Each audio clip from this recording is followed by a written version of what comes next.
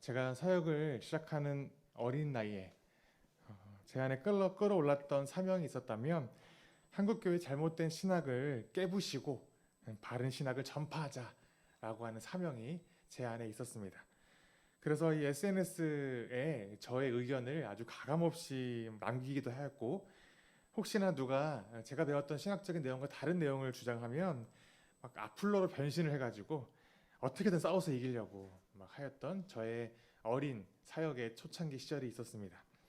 그러던 어느 날, 정확히는 기억나지 않지만 한 인터넷 기사를 보게 되었습니다. 어느 이단성 있는 교회에서 고통받고 도망친 성도들이 어떻게 살고 있나, 어떻게 고통받고 있나, 뭐 이런 식의 내용, 이런 인터뷰가 실린 내용이었습니다. 저는 그 글을 인용하면서 이 이단에 빠졌던 사람들의 무지함을 비난하는 좀 글을 인용하여서 올렸던 기억이 있습니다. 그런데 이 고등학교 때까지만 해도 교회 잘 다니지도 않고 또 신앙이 좋지도 않고 세상의 즐거움에 빠져 살던 한 친구가 정말 오랜만에 제 SNS 그 글에 댓글을 남긴 겁니다. 준영아, 성경에서 즐거워하는 자들과 함께 즐거워하고 우는 자들과 함께 울라고 했잖아 라고 한 문장을 남긴 거죠. 처음에는 이 문장을 읽고 좀 화가 났죠. 지가 뭔데, 고등학교 때 내가 너 살던 거 다 알고 있고 너가 어떻게 교회 생활했는지 다 알고 있는데 네가 뭔데? 라는 생각이 울컥 들었는데, 갑자기 동시에 밀려오는 감정은 부끄러움과 충격이었습니다. 신학 좀 공부했다고, 교회에서 설교 좀 했다고 자기 의에 가득 차 있는 저를 그때 발견하게 된 거죠. 아무리 하나님 말씀이 어쩌고 신학이 어쩌고 외쳤지만 제 입에서 나왔던 그 말은 하나님 말씀도 아니었고 하나님의 뜻도 아니었습니다. 그저 저 스스로를 자랑하는 자기의와 교만 덩어리였던 거죠. 저는 그 사건 이후로 저의 사명이 바뀌기 시작했습니다. 하나님의 신학, 바른 신학을 교회에 전파하여 모두 깨부셔서 바른 신학을 전파하자라는 게 저의 사명이 아니라, 하나님의 말씀을 알지 못하고 절망 가운데 있는 사람들과 함께 살아가자, 그들과 함께 살아내며 그들과 함께 교제하자라는 게 저의 사명으로 조금씩 변했던 것 같습니다. 오늘부터 느헤미야를 함께 나누려고 합니다. 오늘부터 함께 볼 느헤미야는 지난주까지 함께 나눴던 에스라 말씀의 연장선상으로서 우리 이해를 좀 해야 합니다. 우리는 지금 하나님의 집을 회복하는 과정 가운데 함께 말씀을 나누고 있죠. 스룹바벨을 중심으로 유대 땅으로 귀환한 하나님 백성은 성전을 재건하였고 예배를 회복하였습니다. 그리고 에스라를 중심으로 두 번째 귀환을 했던 유대인들을 통하여서 그들의 죄악을 제거하고 하나님의 백성으로서의 회복을 그들이 함께 꿈꿨죠. 그리고 오늘 본문에서는 느헤미야를 중심으로 세 번째 대규모 귀환을 통하여서 예루살렘 성벽을 재건하는 이야기로 이어지고 있습니다. 과연 오늘 본문을 통하여서 성벽을 재건하며 무엇을 회복하려고 하시는지, 하나님의 그 뜻은 무엇인지를 함께 오늘 말씀을 통하여서 나누려고 합니다. 이 페르시아의 수산이라고 하는 이름의 도성에 느헤미야라는 사람이 있었습니다. 이 느헤미야는 유대인인데 아직 유대 땅으로 귀환하지 않고 페르시아에 머물러 있는 상황입니다. 그런데 어느 날 이 현재 지금 유대 땅에 일어나고 있는 충격적인 상황을 듣게 됩니다. 1장 3절 말씀을 함께 눈으로 보시겠습니다. 제가 읽을 텐데 1장 3절입니다. 그들이 나에게 대답하였다. 사로잡혀 오지 않고 그 지방에 남은 사람들은 거기에서 고생이 아주 심합니다. 엎친 여김을 받습니다. 예루살렘 성벽은 허물어지고 성문들은 다 불에 탔습니다. 지금 유대 땅에 있는 사람들의 고생이 매우 심하다, 업신 여기고 있다라는 거죠. 지금 이미 느헤미야의 상황은 앞서 말씀드린 대로 1차 대규모 귀환과 2차 대규모 귀환이 일어난 이후의 상황입니다. 성전도 복구하였고 그들이 회개도 하면서 하나님 백성으로 살아가고자 노력하는 그 상황이라는 거죠. 그런데 지금 이러한 상황임에도 불구하고 현재 여전히 절망스러운 현장에 놓여 있다는 거죠. 성벽이 허물어지고 성문이 불탔다. 굉장히 지금 예루살렘의 상황이 좋지 않습니다. 예루살렘의 성벽과 성문이 불에 탔다는 것은 외부 세력이 쳐들어올 때에 그들을 방어할 수 있는 방법이 없다는 것이고, 또한 백성들이 계속 두려움에 빠져 있을 수밖에 없다는 상황이죠. 그리고 주변 나라 사람들이 조롱을 할 겁니다. 야, 니네들은 성벽도 없으면서 무슨 성전이니 집이니, 야, 니네 지금 우리가 쳐들어가면 아무것도 아닌 거 알아? 라고 그들이 조롱하고 업신여기고 있는 상황이라는 겁니다. 얼마나 초라해 보이겠습니까? 우리의 집을 생각해봐도 담장이 없이 허허벌판에 집만 덩그러니 있다면 굉장히 불안할 겁니다. 그 안에 있는 것이 안전한 마음이 들까요? 물론 요즘에는 집 자체가 워낙에 시건 장치가 잘 돼 있어서 문제는 없다고 생각하지만 한 담벼락도 없고 그냥 횡하니 집만 놓여 있는 상황이라고 생각해 보자면 아마 주변 사람들이 그 집을 보고 조롱하고 업신여기는 것이 당연할지도 모릅니다. 이 말을 들은 느헤미야는 너무나 큰 충격과 슬픔에 빠집니다. 고향의 상황이 너무 안타까운 나머지 울며 금식하고 기도합니다. 그 기도가 5절부터 11절까지 길게 나오는데, 이 기도의 느헤미야 기도의 핵심 내용은 이렇습니다. 먼저 이스라엘이 너무나 큰 죄악을 저질렀고 이 죄악 때문에 우리가 이런 상황이 있다는 것을 느헤미야가 회개 기도를 하죠. 그런데 아무런 근거도 없이 용서해달라라고 하는 것이 아니라 10절 말씀을 보시면 하나님의 언약에 근거하여 기도합니다. 그들은 주께서 주의 큰 능력과 주의 강한 손으로 구속하신 주의 종이요 주의 백성들입니다. 이 표현은 하나님께서 이스라엘 백성과 언약을 맺으실 때, 과거에 언약을 맺으실 때 하셨던 말씀입니다. 그러니까 하나님께서 예언자들 통하여서 하신 말씀을 느헤미야가 반복하여 기도하는 거죠. 하나님께서 그러시지 않았습니까? 우리는 하나님 백성이다, 주의 손으로 붙드신 백성이라고 하나님께서 말씀하시지 않았습니까? 라고 기도하면서 우리가 회개하오니 하나님 언약을 기억하시고 긍휼을 베풀어 주십시오. 하나님의 말씀에 의거하여 기도한 것이죠. 이렇게 느헤미야가 기도를 했습니다. 그런데 성경 말씀에는 이 느헤미야의 기도에 어떻게 하나님께서 직접 응답하셨는지는 나오지 않습니다. 그런데 느헤미야가 시간이 지나자 기회가 생기기 시작합니다. 직접적인 하나님의 응답이나 하나님의 무슨 역사심은 나타나지 않는데 한 기회를 발견하게 되죠. 어떤 기회냐면 느헤미야가 기도를 한 지 4개월이 지난 어느 날 느헤미야가 페르시아 왕 아닥사스다에게 술을 올리는 관원이어서 술을 올리고 있는데 왕이 느헤미야의 낯빛을 보게 된 겁니다. 그리고 얼굴빛을 보고 무슨 일이냐? 라고 물어보자 느헤미야가 이 기회를 놓치지 않고 왕에게 이야기를 합니다. 지금 고향 땅 예루살렘의 상황이 이렇습니다. 내가 잠시 고향 땅에 가서 성벽을 재건할 수 있도록 허락해 주십시오 라고 간청을 합니다. 그런데 왕이 흔쾌히 허락을 하죠. 이 느헤미야 입장에서는 굉장히 목숨을 건 거래를 한 겁니다. 아무리 관원이라고 하지만 느헤미야는 포로 출신입니다. 왕 앞에서 수심이 깊은 얼굴로 서 있는 자체가 굉장히 무례한 일이죠. 왕이 그것을 보고 기분이 나빠서 너 내 앞에서 왜 인상 찌푸리고 있어? 화가 났다면 즉시 죽을 수도 있는 상황입니다. 게다가 이 무례한 일을 저질렀음에도 불구하고 왕이 물어보자 갑자기 저 휴가 좀 주세요. 저 고향쯤 갔다 와야 되겠는데요? 라고 부탁까지 하고 있습니다.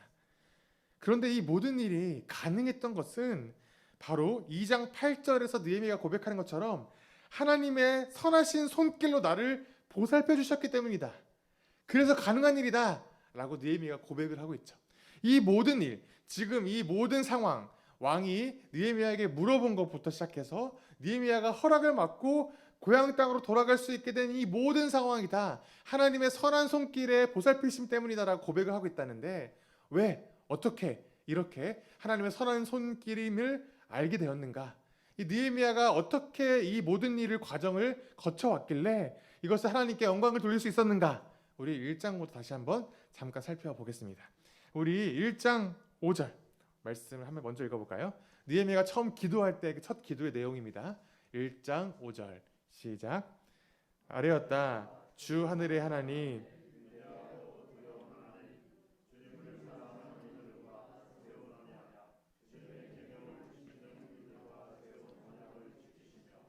은혜를 베푸시는 하나님. 느헤미야가 기도를 시작하죠. 느헤미야는 하나님을 향한 확실한 믿음이 있었습니다. 하나님은 하늘의 하나님이시기에 전능하신 분이시고 온 세상, 온 만물의 주인이시라는 확신이 있었다는 것이죠. 동시에 하나님은 결코 언약을 어기시는 분이 아니시라는 그러한 믿음이 있었습니다. 자신이 언약하시고 약속하시면 신실하게 지키시고 은혜를 베푸시는 분이시라는 것을 느헤미야는 믿고 있었다는 거죠. 그렇기 때문에 그런 하나님을 믿은 겁니다. 온 세상의 주인이신 전능하신 하늘의 하나님께서 언약을 지키시고 반드시 은혜를 베푸실 것이다. 우리가 하나님께 돌이켜 회개하고 하나님의 뜻대로 살고자 다시 한번 결단한다면 하나님은 그 은혜를 베푸시는 분이시다라고 그렇게 확신한 것입니다. 그렇다고 느헤미야가 자기 믿음만 가지고 섣불리 행동하지 않습니다.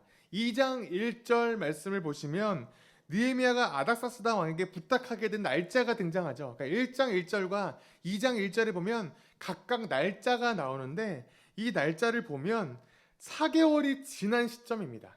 그러니 이 느헤미야가 기도를 시작한 지 4개월이 지나서야 느헤미야가 기회를 얻었다는 거죠. 그 말은 4개월 동안 느헤미야는 무엇을 했겠습니까? 계속 기도하며 기다렸다는 것입니다. 확신이 생기고 기도하고 자, 기도했으니 하나님이 들어주실 것이니 가자라고 해서 간 것이 아니라 기회를 바라보며 기다리며 4개월이라는 시간을 기도했다는 거죠. 마침 신중히 기다리며 4개월이라는 시간 동안 가만히 기도했던 느헤미야에게 기회가 온 것입니다. 왕이 느헤미야가 물어본 거죠. 무슨 일이야? 라고 물어보자 느헤미야가 드디어 내가 이 일을 실행할 수 있는 기회가 생겼다는 겁니다. 얼마나 신났겠습니까? 그런데 2장 4절 말씀을 보시면 느헤미야가 왕에게 대답하기 전에 무엇을 하냐면 나는 하늘의 하나님께 기도를 드리고 나서 왕이 물어봅니다. 무슨 일이냐? 그때 느헤미야가 신이 나서 됐다. 드디어 하나님께서 나에게 기회를 주셨구나. 흥분해서 왕에게 이야기를 시작한 것이 아니라 즉시 마음속으로 기도를 했다는 겁니다. 어떤 목사님은 이 기도에 대해서 총알기도라는 식으로 표현을 했습니다. 무슨 말이냐면 지금 당장 이 시급한 시점에서 하나님께 잠시만요 기도 좀 하고 올게요가 아니라 항상 하던 대로 마음속에 언제나 하던 그대로 즉시 마음속에 기도를 했다는 거죠. 하나님 지금입니다. 지금입니까? 하나님 지금 얘기해도 되겠습니까? 그리고 왕에게 이야기했다는 거죠. 섣불리 행동하지 않습니다. 모든 말 한마디 한마디에 하나님께 묻고 기도하며 신중하게 하나님의 도우심을 구하며 한 걸음 한 걸음 나아갔던 느헤미야의 모습을 볼 수 있죠. 이렇게 느헤미야는 모든 행동 하나하나마다 신중하게 하나님의 도우심을 구하며 왕의 허락으로 유대인들이 다시 예루살렘으로 3차 귀환을 할 수 있는 은혜를 얻게 됩니다. 그런데 느헤미야가 예루살렘에 오자마자 또 문제가 생깁니다. 우리 2장 10절 말씀을 볼까요? 제가 읽겠습니다. 2장 10절입니다. 호론 사람 산발락과 종노릇을 하던 암몬 사람 도비아에게 이 소식이 들어갔다. 그들은 어떤 사람이 이스라엘 자손의 형편을 좋게 하려고 오고 있다는 것을 알고서 몹시 근심하였다고 한다. 산발락과 도비아라는 사람이 갑자기 등장합니다. 그리고 느헤미야가 이스라엘 자손의 형편을 좋게 하기 위해서 왔다는 사실을 듣고 격분합니다. 몹시 근심합니다. 왜 이들이 이렇게 반응했겠습니까? 이들이 왜 굳이 자기에게 손해가 되는 일이 있을까요? 왜 그 소식을 듣자마자 그렇게 근심하고 화를 냅니까? 성경에 구체적인 내용은 등장하지 않지만 아마 추측을 좀 해보자면 이들은 지금 유대인들이 70년 동안 땅을 비웠던 그 땅에 살고 있는 사람들이었던 것 같습니다. 그러니까 유대인들이 돌아왔는데 성전을 짓고 자기 집을 짓고 사는 것도 기분 나쁜데 느헤미야라는 사람이 와서 지금 이 자기 민족을 위해서 더 선한 일을 한다고? 무슨 형편을 좋게 한다고? 무슨 말이야? 지금 이 상황에서 더 무언가를 한다고? 화가 났겠죠. 아니면 그냥 이유 없이 화가 났을 수도 있습니다. 그냥 하나님의 백성 유대인들이 잘 되는 꼴을 보기 싫었던 거죠. 오늘 말씀을 보면서 우리가 알 수 있는 것은 기독교 역사 속에서 그리고 지금 상황 속에서 하나님의 집을 재건하는 과정 가운데 핍박과 방해를 받는 것은 너무나 당연하다라는 사실입니다. 베드로전서 4장 12절 말씀 제가 읽겠습니다. 베드로전서 4장 12절에서 베드로가 이 초대교회의 현재 상황을 보고 이렇게 이야기를 합니다. 사랑하는 여러분, 여러분을 시험하려고 시련의 불길이 여러분 가운데 일어나더라도 무슨 이상한 일이 생긴 것처럼 놀라지 마십시오.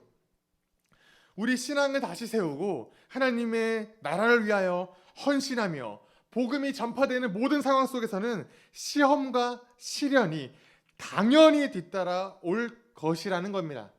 이상하게 생각하지 말라. 너무 당연한 일이니까.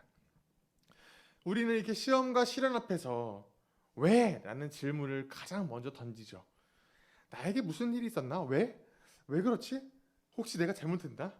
나는 이렇게 헌신하고 있는데 하나님이 나를 사랑하시지 않나? 하나님이 안 계시나? 하나님의 능력이 부족한가? 나를 바라보지 않는가? 왜? 왜 그런가? 라는 질문을 먼저 던지지만 사실 우리는 이런 질문 속에서 해답을 찾을 수 있습니까?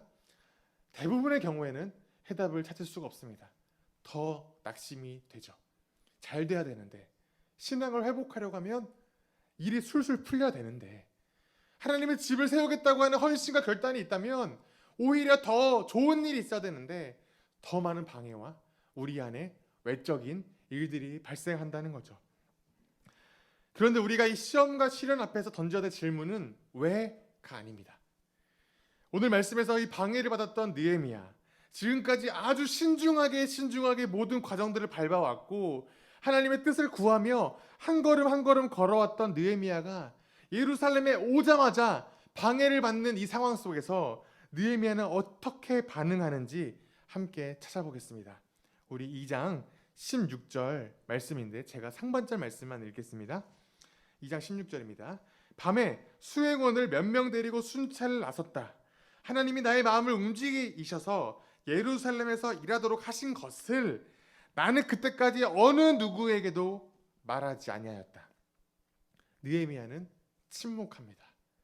방해를 받고 그렇게 소식을 듣고 지금 누군가가 우리를 방해하겠다는 소식을 듣자 느헤미야가 했던 행동은 아무 말도 하지 않고 예루살렘 성을 걸어가기 시작합니다.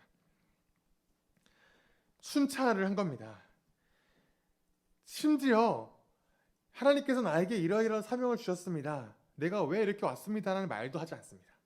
16절 하반절입니다. 16절. 어느 누구에게도 이것을 말하지 아니하였으므로 관리들은 내가 어디를 다녀왔는지 무엇을 하였는지 아무도 알지 못하였다. 느헤미야는 누구에게도 말하지 않았고 심지어 어떤 사람들이 내가 지금 뭘 하고 왔는지도 모른다 라고 말하고 있죠. 혼자서만 하나님께서 하신 일과 사명을 재확인하는 시간을 갖는 겁니다. 가만히 아무것도 하지 않았다가 아닙니다. 직접 무너진 성벽을 순찰하며 확인하고 내 안에 있는 사명을 어떻게 실행시켜 나갈지를 고민하였다는 겁니다. 이렇게 시간이 지나자 느헤미야가 스스로 정리가 되고 결심이 서고 하나님과의 관계 속에서 다시 확신이 생기자 이후에 17절에서 이렇게 이야기합니다. 우리 2장 17절 말씀을 함께 읽도록 하겠습니다. 시작. 이렇게 돌아보고 난 다음에 나는 비로소 관리들에게 말하였다.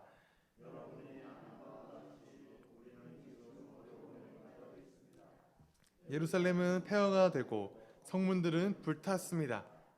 이제 예루살렘 성벽을 다시 쌓읍시다. 남에게 이런 수모를 받는 일이 다시는 없어야 할 것입니다. 비로소 느헤미야는 과거 하나님께서 나에게 어떻게 하셨는가, 그리고 모든 공동체가 어떻게 나아가야 되는가를 이제서야 비로소 이야기를 하였다는 겁니다. 느헤미야는 하나님께 기도하였고 하나님의 때를 4개월이나 기다렸고 하나님의 확실한 응답이 있을 때 예루살렘에 도착하였죠. 이 일이 하나님 앞에 선한 일인 것을 확신했을 겁니다. 그런데 시험과 시련이 닥쳐올 때 느헤미야는 오히려 침묵하며 자신의 사명을 재확인하는 시간을 가졌습니다. 스스로 정리가 마치자 그제서야 사람들을 불러 모아 하나님의 일을 이야기하기 시작한 것이죠. 어떻게 하나님께서 선하게 역사하셨는가? 이제서야 이야기를 하고 힘을 내어 기꺼이 그 선한 일을 시작하자라고 선포를 한 것입니다. 페르시아 있을 때부터 느헤미야는 얼마나 가슴속에 마음이 부탁했습니까? 이 느헤미야 1장 말씀에서 느헤미야가 처음 예루살렘 성의 소식을 들었을 때 그 반응을 기억하시지 않습니까? 울며 금식하고 기도했던 느헤미야입니다. 정말 얼마나 안타까운 마음 가운데 내가 정말 그곳을 향한 나의 사명을, 불타오르는 사명을 감당하지 못한 채 울며 기도했던 느헤미야였다는 거죠. 4개월 동안이나 기도했던 느헤미야 마음 아시겠습니까? 정말 이 불타오르는 그 마음을 막 감추면서 하나님의 때를 기다리고 기도하였던 느헤미야 마음.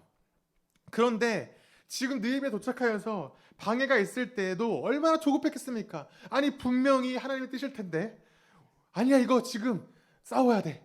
우리가 지금 하나님의 뜻이 확실하다면 지금 싸워서라도 무언가라도 하자라고 느헤미야가 이야기했을 법한데, 느헤미야는 결코 서두르지 않습니다. 하나님과의 시간을 갖습니다.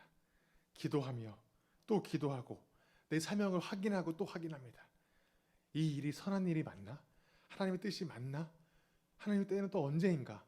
끊임없이 확인하고 또 기도한다는 거죠. 무너진 성벽을 돌아보며 또 기도했을 것입니다. 진지하게 바라봤을 겁니다. 내가 지금 해야 될 일은 무엇인가? 그리고 이 사명에 확신이 들자 느헤미야는 주춤거리지 않습니다.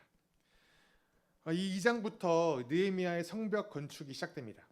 6장까지 성벽 건축의 긴 역사가 이어질 것입니다. 그런데 이 2장부터 6장까지의 말씀을 읽어보시면 이 느헤미야의 성벽 건축을 방해하는 일이 7번이나 등장합니다. 게다가 중간에는 유대인들 내부에서 문제가 생겨서 이 내부의 문제 때문에 백성들이 와야 되려고 하기까지 합니다. 이 방해의 정도는 점점 강력해집니다. 방해하는 사람들이 처음엔 2명이었는데 점점점 불어나더니 나중에는 모든 민족, 모든 사람들이 방해를 하기 시작합니다. 이 방해의 강도도 점점 심해집니다. 그러나 느헤미야는 흔들리지 않습니다. 그때마다 기도하며 솔선수범하고 이 사명을 이어가기 시작한다는 거죠. 어떻게 이렇게 느헤미야는 이 7번이나 방해 속에서 한 번도 흔들리지 않았습니까? 어떻게 가능할까요? 느헤미야는 스스로 사명을 확신했기 때문이죠. 자기 때문에, 내 안에 있는 확신 때문이 아니라 얼마나 이 일이 하나님께 선한 일인지를 확인하고 또 확인하고 기다리고 기도하며 때를 기다렸던 느헤미야의 이 기간이 있었기 때문에 그 확신이 들고 정말 그 순간이 되자 이제 어느 것도 자기를 방해할 수 없는 그 확신 속에서 걸어갈 수 있었던 것이죠. 성도 여러분, 우리 자신과 공동체의 믿음과 사명을 대하는 태도가 바로 이와 같아야 되지 않겠습니까? 우리는 한 번 믿으면 끝이라고 생각합니다. 더 이상 우리의 믿음을 점검하지 않죠. 섣불리 믿습니다. 사실 우리의 믿음의 첫 순간들을 생각해 보시면 정말 상고하고 준비하고 정말 고민 가운데 기도하다가 믿음의 확신을 갖는 경우도 있지만, 사실 저도 그랬고 대부분의 성도들은 섣불리 믿는 경우가 많죠. 어떠한 계기가 있어서 어떠한 상황이 놓여져서 갑자기 믿음이 생긴 경우가 많습니다.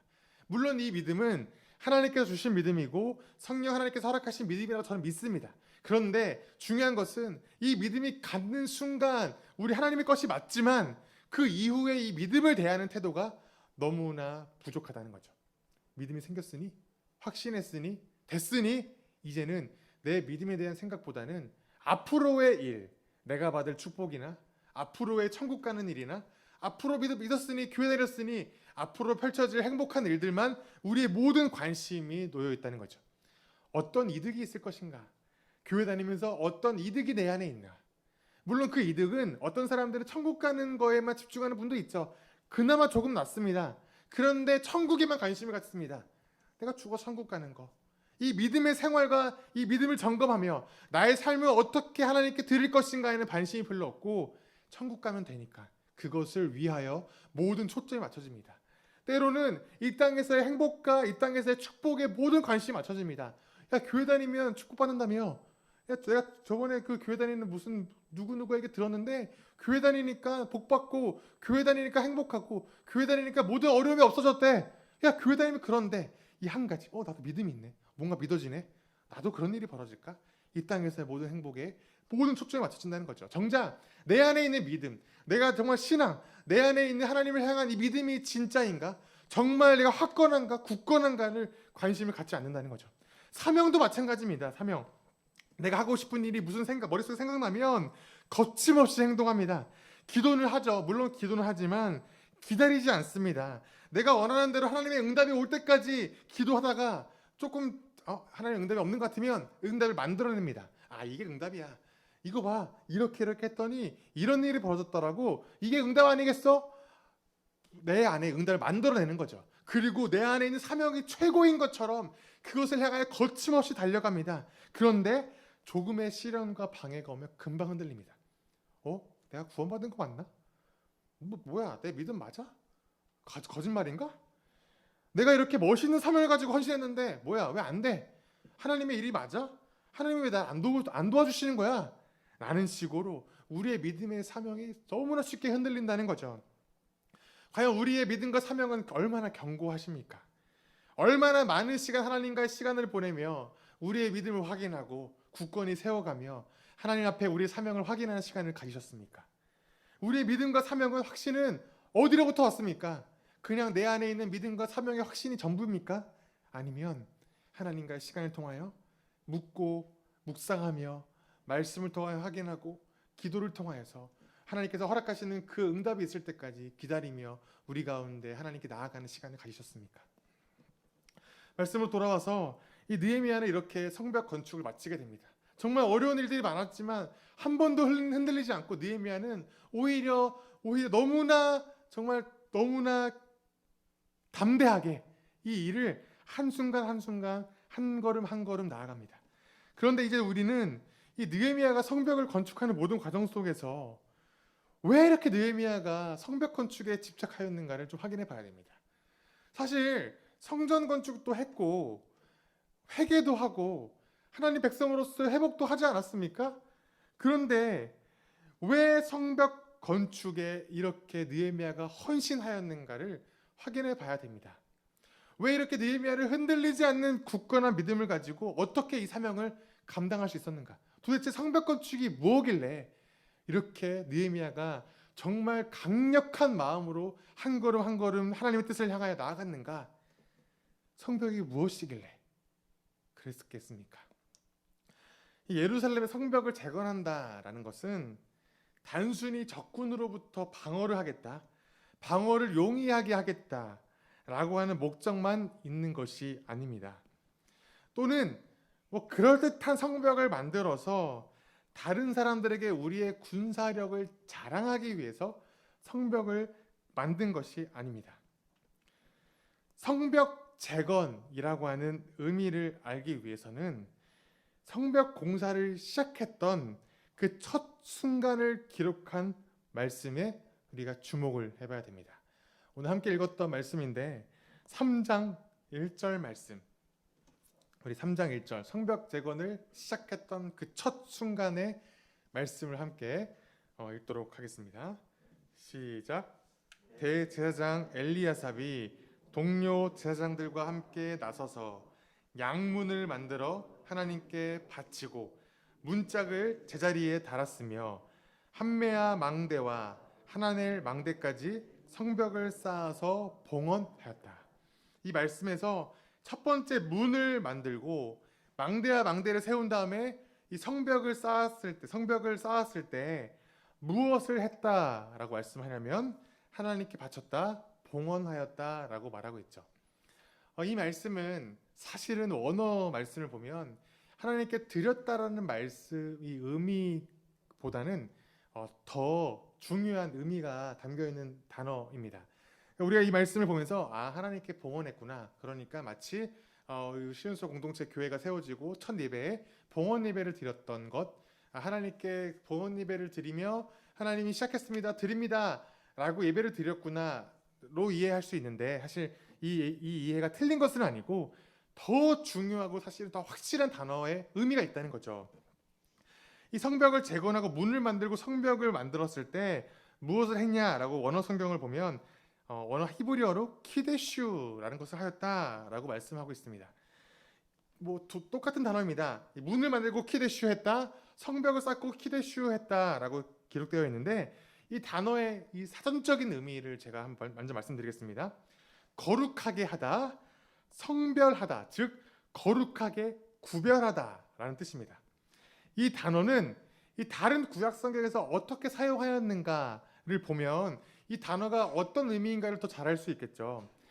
다른 구약 성경에서 이 단어가 사용되었던 것을 찾아보면 안식일을 거룩하게 지키라, 안식을 구별하여 거룩하게 지키라 라고 명령하실 때 사용하였고, 유월절을 준비할 때 이 유월절 준비하는 기간을 거룩하게 너희가 구별하여 이 유월절을 준비하라, 성막과 성전에 들어갈 물건들을 거룩하게 구별하라, 또 성전에서 성막에서 일할 레위인들과 제사장들을 세울 때 그들을 성별할 때 그들을 거룩하게 구별하였다라고 하는 단어로 사용하였습니다. 한마디로 정리하자면 이 단어는 하나님께 구별된 절기, 사람, 물건에 사용한 단어입니다. 하나님께서는 세상 모든 민족들 가운데 이스라엘 백성들을 선택하셨죠. 그리고 그들을 하나님 백성으로 부르셨습니다. 그리고 이 이스라엘 백성들을 부르신 다음에 그들 중에서도 특별히 거룩한 것으로 구별된 사람들이 있었다는 거죠. 그리고 수많은 물건들 중에서도 특별히 거룩하게 구별한 물건들이 있었습니다.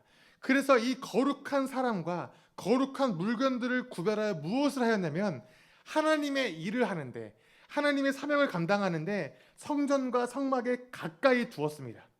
이 이스라엘의 지도까지 우리가 볼 수는 없겠지만 이 머릿속에 생각해 보시면 이스라엘이 있으면 이스라엘은 세상 사람과 다른 하나님 백성이죠. 그리고 이 가운데 성전 성막이 있습니다. 한 가운데 무언가 범위가 좁혀지죠. 그리고 이 가운데 더 좁혀진 것이 무엇이냐면 지성소죠. 점점 이 큰 넓이에서 점점 가운데로 좁아지는 구역이 있습니다. 이 구역이 가운데로 가면 갈수록 거룩한 곳입니다. 왜냐하면 하나님이 임재한 곳이기 때문이죠. 이 거룩한 곳으로 가까이 오려면 그들이 그냥 올 수 있는 게 아니라 성별하여야 한다는 겁니다. 거룩하게 구별된 사람만 가까이 올 수 있고 구별된 물건만 가까이 올 수 있다는 거죠. 하나님께 나아가기 위해서는 그래야 됩니다. 왜 그랬을까요? 바로 하나님은 거룩한 분이신 것을 알려주기 위한 것입니다. 거룩은 무엇입니까? 구별됨입니다. 세상과 구별된 것, 세상과 다른 것, 하나님께로부터 선택받은 것, 구별됨이 거룩이기 때문에 하나님은 세상의 죄악과 세상의 것들로부터 조금도 죄악으로부터 가까이 하실 수 없는 분이라는 것을 가르쳐 주시기 위해서, 세상의 죄와는 조금도 하나님과 가까이 할 수 없는 것을 가르쳐 주기 위해서 성별하도록 하셨고, 그 가운데로 오기 위해서는 거룩하도록 따로 구별되도록 말씀하셨다는 거죠. 보이지 않는 경계, 선이 필요했다는 겁니다. 그런데 오늘 느헤미야 말씀에서 성벽을 건설하며 무엇을 했다고 했습니까? 성별을 했다, 거룩하게 구별하였다라고 말씀하고 있죠. 새로운 경계선이 생겼다는 겁니다. 과거에 있었던 그 경계선이 지금은 없죠. 왜요? 예루살렘이 무너지고 망가지고 이방인으로부터 짓밟혔기 때문에 성별이 없습니다. 거룩하게 구별된 것이 다 없어졌습니다. 그런데 과거의 그 성별을 지금 다시 했다는 겁니다. 그런데 이 성별의 경계선이 어디입니까? 예전에는 그 성막으로 성전으로 가기 위한 아주 그 소수의 성별을 하여서 하나님께 드렸다면, 이제는 이 성별의 경계선이 성벽으로 확장되었다는 겁니다. 다시 말해서 예루살렘 전체가 성별되었다는 거죠. 하나님의 백성이 거룩하게 되었다는 겁니다. 하나님의 집을 회복하는 이 과정 속의 마지막 핵심은 무엇이냐면 바로 하나님 백성이 거룩해야 한다는 겁니다. 예루살렘에 있는 이 유대인 전부가 성별되어 하나님께 드려지는 그때 비로소 진짜 회복과 진짜 하나님 백성으로서 삶을 시작할 수 있다는 거죠. 그래서 성벽을 세울 때, 문을 세울 때마다, 성벽을 쌓을 때마다 성별했다고 말씀하고 있는 겁니다. 하나님이 자기 백성을 전체를 거룩하게 하시겠다라고 결심하신 것이죠. 느헤미야 7장 나중에 보시면 성벽이 건축되고 가장 먼저 한 것은 무엇이냐면 바로 노래하는 자와 예배하는 레위인들을 세우신 것입니다. 예전에는 노래하는 자와 레위인들을 어디에 두었냐면 성전 안에만 두었죠. 성벽 안에 두었습니다. 예배하는 공간에만 두었다면 이제는 성벽을 짓고 나서 레위인과 노래하는 자를 세움으로써 이 성벽 안에 있는 전체가 하나님께 구별된 거룩한 곳이라고 그렇게 확증하였다는 겁니다. 그리고 앞으로 다음 주부터 보겠지만 그 이후에 하나님께서는 그들에게 무엇을 하시냐면 바로 언약을 맺으십니다. 깨어진 언약을 다시 세우기로 하신 것이죠. 예루살렘 전체, 유대인 전체가 이 백성 전체를 거룩하게 하나님께 드리고 나서 드디어 비로소 다시금 그들과 언약을 맺으시면서 하나님 백성으로서의 삶을 다시 시작하자고 하나님께서 약속을 하셨다는 것입니다. 성벽은 건물이 아닙니다. 무엇으로부터 나를 보호받을 무언가 장치가 아닙니다. 하나님 백성으로 거룩하게 구별되어 하나님의 진짜 소유가 되어서 말 그대로 하나님의 거룩한 백성으로 회복한, 죄로부터 완전히 벗어난 하나님의 구별된 사람으로서의 삶이 바로 성벽이며 우리가 살아가야 될 하나님의 삶의 회복의 시작이라는 것이죠. 말씀을 정리하겠습니다. 에스라부터 시작해서 오늘 본문까지 이어지면서 하나님의 집을 회복하는 과정을 함께 나누고 있습니다. 물론 아직 느헤미야 뒷부분이 남았기 때문에 더 말씀을 나누겠지만 오늘 이 시점에서 우리가 과연 우리는 어느 단계에 와 있는지를 점검해야 될 시간이 찾아온 것 같습니다. 성전을 다시 세우고 예배를 회복하였습니다. 백성들의 죄악을 철저하게 회개하며 뿌리채 다 뽑아놓고 헌신과 순종을 다짐했습니다. 그리고 거룩한 백성으로 세상과 구별되어 하나님 나라로 살아가는 그 백성의 삶을 준비하기까지 했습니다. 과연 성도 여러분은, 그리고 우리 시온서 공동체는 어디쯤 와 있습니까? 시온서 교회를 세우고 예배를 시작하고 하나님께 회개하며 우리 헌신을 다짐하였던 그 시간들, 또 코로나 끝나고 다시 회복하는 이 시점 가운데 다시금 예배당에 모여 이 공동체를 세워가는 이 과정 속에서 과연 우리의 회복의 단계는 어디까지 와 있냐는 거죠. 그런데 사랑하는 성도 여러분, 우리가 나아갈 진짜 종착지는 세상과 구별되어 거룩하여졌다, 거룩한 삶으로 살아간다, 이것이 끝이 아닙니다. 우리가 나아갈 진짜 종착지는 요한계시록을 보시면 예수 그리스도께 다시 오실 때, 그리고 세상의 모든 악을 제거하시고 승리하셨을 때, 완성된 하나님 나라 새 하늘 새 땅이 이 땅 가운데 임했을 때 어떻게 되었는가를 보면서 우리의 진짜 마지막 종착지를 소망할 수 있게 될 것입니다. 우리 요한계시록 말씀을 한번 찾아보면서 말씀 맞추겠습니다. 요한계시록 21장입니다. 요한계시록 21장 10절 말씀.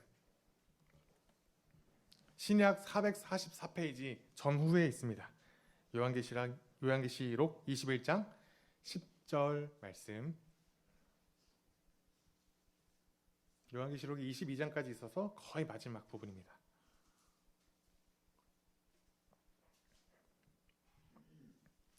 신약 444페이지 함께 10절 말씀을 읽도록 하겠습니다. 시작. 나를 성령으로 크고 높은 산 위로 데리고 가서 하나님께로부터 하늘에서 내려오는 거룩한 도성 예루살렘을 보여주었습니다. 이 말씀은 이 하나님의 거룩한 도성 예루살렘, 그러니까 눈에 보이는 예루살렘 성이 아니라 이 상징적인 의미로서 하나님 나라, 완성된 하나님 나라 거룩한 도성 예루살렘이 하늘로부터 땅으로 내려왔다라는 것을 우리가 보게 되죠. 우리가 주기도문을 통해서 매주 고백하는 것처럼 나라가 임하옵시며 이 땅 가운데 나라가 임하옵시며 라고 고백하는 것처럼 마지막 완성된 하나님 나라는 거룩한 도성 예루살렘은 하늘로부터 이 땅 가운데 임하여서 이 땅 가운데 완성될 그 나라가 있을 것이라는 겁니다.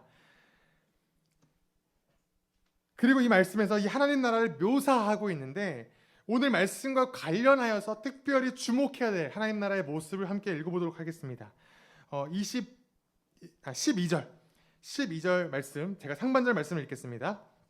그 도성에는 크고 높은 성벽이 있고 거기에는 12대문이 달려 있었습니다. 이 예루살렘 도성에도 크고 높은 성벽이 있다는 겁니다. 그리고 문이 12개가 달려 있습니다. 이 12개라는 문의 의미는 하나님의 12지파 그리고 12제자, 다시 말해서 구약부터 신약까지 하나님의 백성을 상징하는 12라고 하는 숫자, 이 하나님의 백성들이 들어오는 문이라는 뜻입니다. 도성이 아주 크고 견고하게 있고 성벽이 있고 문이 달려 있습니다. 그러니 이 큰 성벽 때문에 누구도 하나님 나라를 침범할 수 없겠죠. 이 든든하고 단단하며 앞으로 다시는 결코 무너지지 않을 하나님 나라라는 상징적인 의미입니다. 그런데 25절 말씀을 보면 어떻게 말씀하고 있나 함께 읽도록 하겠습니다. 25절입니다. 시작. 그 도성에는 밤이 없으므로 온종일 대문을 닫지 않을 것입니다. 성벽이 아주 굳건하게 서 있습니다. 문이 12개나 있죠. 그런데 이 문이 닫히지 않습니다. 다시는 이 문을 닫을 일이 없다는 것입니다. 그리고 이 활짝 열려있는 성문을 통하여서 수많은 민족들과 사람들이 몰려 들어오고 있다는 것을 이 25절 전후 말씀을 통하여 보여주고 있습니다. 또한 세상의 모든 왕들이 자신의 영광을 가지고 성문으로 들어와 하나님께 영광을 다 드리고 있습니다. 바로 우리가 소망해야 할 하나님 나라의 진정한 모습은 예수 그리스도를 주로 고백하는 모든 열방이 활짝 열려있는 이 문으로 들어와서 하나님께 영광을 돌리며 함께 평화롭게 살아가는 그때가 바로 우리가 소망하는 하나님 나라여야 합니다. 성벽을 높게 건설하여서 세상과 담을 쌓고 우리는 거룩하니까 세상 저 더러운 이들과 함께 할 수 없다. 우리는 우리끼리 희희낙낙 살자. 우리는 거룩하고 나는 예수 믿었고 저 세상 사람들은 더러우니까 저 추악한 문화와 우리는 함께 할 수 없다라고 답을 쌓고 벽을 쌓고 우리끼리 구원받고 살아가면 되는 것이 아니라 모든 열방 가운데 복음이 전파되고 함께 예수 그리스도를 믿어 거룩으로 살아내는 우리 모두가 함께 이 나라로 몰려들어와 함께 하나님 나라를 꿈꾸는 그 세상, 바로 우리가 소망하는 그 세상이 되어야 한다는 거죠. 우리가 함께 이 소망을 품어야 됩니다. 그날을 꿈꿔야 됩니다. 나만 교회 안에서 그렇게 함께 모였으니 예배가 회복되었으니 잘 됐다가 아니라 이제 우리가 회복된 진짜 하나님의 거룩한 백성이라면 세상으로 나가야 된다는 거죠. 더러운 곳에 우리가 가야 됩니다.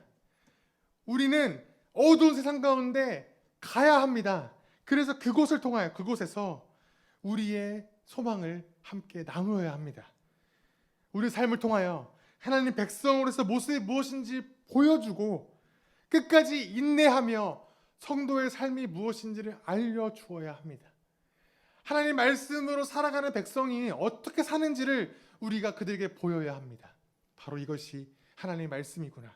하나님 믿는 자들이 이런 모습이구나를 우리가 세상으로 가서 보여주어야 한다는 거죠. 복음을 들고 전파하여야 합니다. 우리의 직장과 우리의 가정과 또 우리의 즐기는 모든 곳과 모든 열방과 나라와 선교지를 향하여 우리가 걸어가야 한다는 거죠. 바로 우리의 거룩한 삶을 통하여 하나님께서 우리의 삶을 통하여 역사하실 것이기 때문입니다. 마침내 우리의 눈으로 하나님의 집이 회복되는 그때를 바라보게 될 것입니다. 우리의 이 집, 시은소 공동체, 우리 교회, 우리 건물 전부가 아니라 우리가 처한 모든 곳에서 그곳이 거룩한 땅이 되며 모든 열방이 하나님의 집으로 들어오는 활짝 열린 문에서 함께 그들을 맞이하며 함께 기뻐하며 함께 예배하며 살아가는 우리가 그날을 소망해야 한다는 거죠. 바로 우리 시운소 공동체가 여기에 머물러 있으면 안 됩니다. 나만 거룩해졌다고 해서 끝이 아닙니다. 나만 회복했다고 끝이 아닙니다. 세상으로 눈길을 돌려야 합니다. 바로 마지막 그 완성된 하나님 나라를 꿈꾸며 그때를 소망하며 함께 한 걸음 한 걸음 나아가는 우리 모두가 되시기를 축복합니다.